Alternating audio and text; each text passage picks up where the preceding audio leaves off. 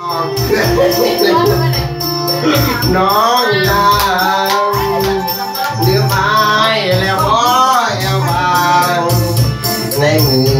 นางจะอายไปโดนใจที่ล้น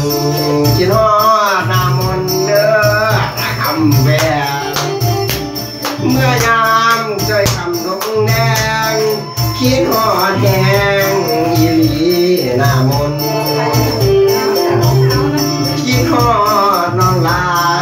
คิดขึ้นมามันเป็นปุ่มเป็นมนใจรถนักบนต้นก็นามนขึ้นมางามได้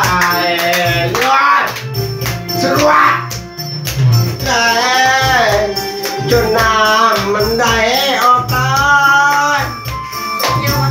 นอนมือกายนาคือคนเป็นบาป่วยใจปวดรู้ปวดนาง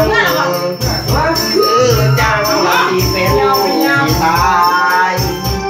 จากเสียงเมืองนา